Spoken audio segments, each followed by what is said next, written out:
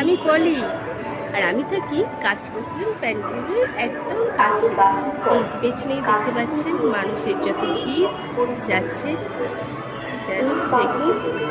আর আমরা এখন ছাদে আছি, এখন বাজে রাত্রি 11:30, তাও মানুষের কত ঢল যাচ্ছে।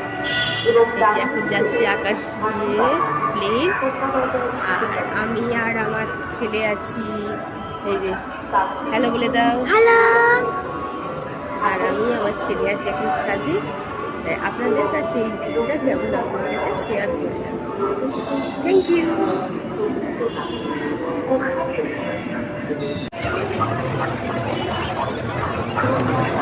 হ্যালো, দেখেছেন মানুষের কত ভিড়?